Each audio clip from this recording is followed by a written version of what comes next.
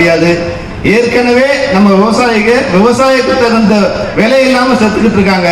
இதுல மார்க்கெட்டை விவசாய பொருட்கள் ஓபன் பண்ணி விட்டா விவசாயிகள் அரிசி பற்றாக்குறை போல விவசாயிகளும் பற்றாக்குறை ஆயிடுவாங்க. அதுதான் இந்த நாட்டோட நிலைமை. தயவு செய்து இது ஆளுங்கட்சி ஆளுநர்களே மத்தியில் ஆளுநர்களும் இதை சரியா உணர்ந்துகிட்டோம். இதுதான் அரிசி திரைப்படம் மூலமா இந்த விழா மூலமா மக்களுக்கு நாங்க சொல்ல நினைக்கிற விஷயம்.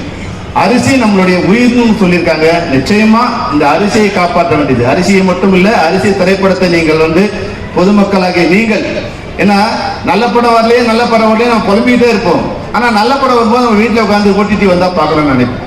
அந்த நல்ல படங்களை நீங்க ஆதரிச்சாதான் அரிசி வரும், நெல் வரும், நம்ம சமூகத்துக்கு உயிர் வரும். அதனால் பொதுமக்களாகிய உங்களுக்கும் ஒரு பங்கு இருக்கு.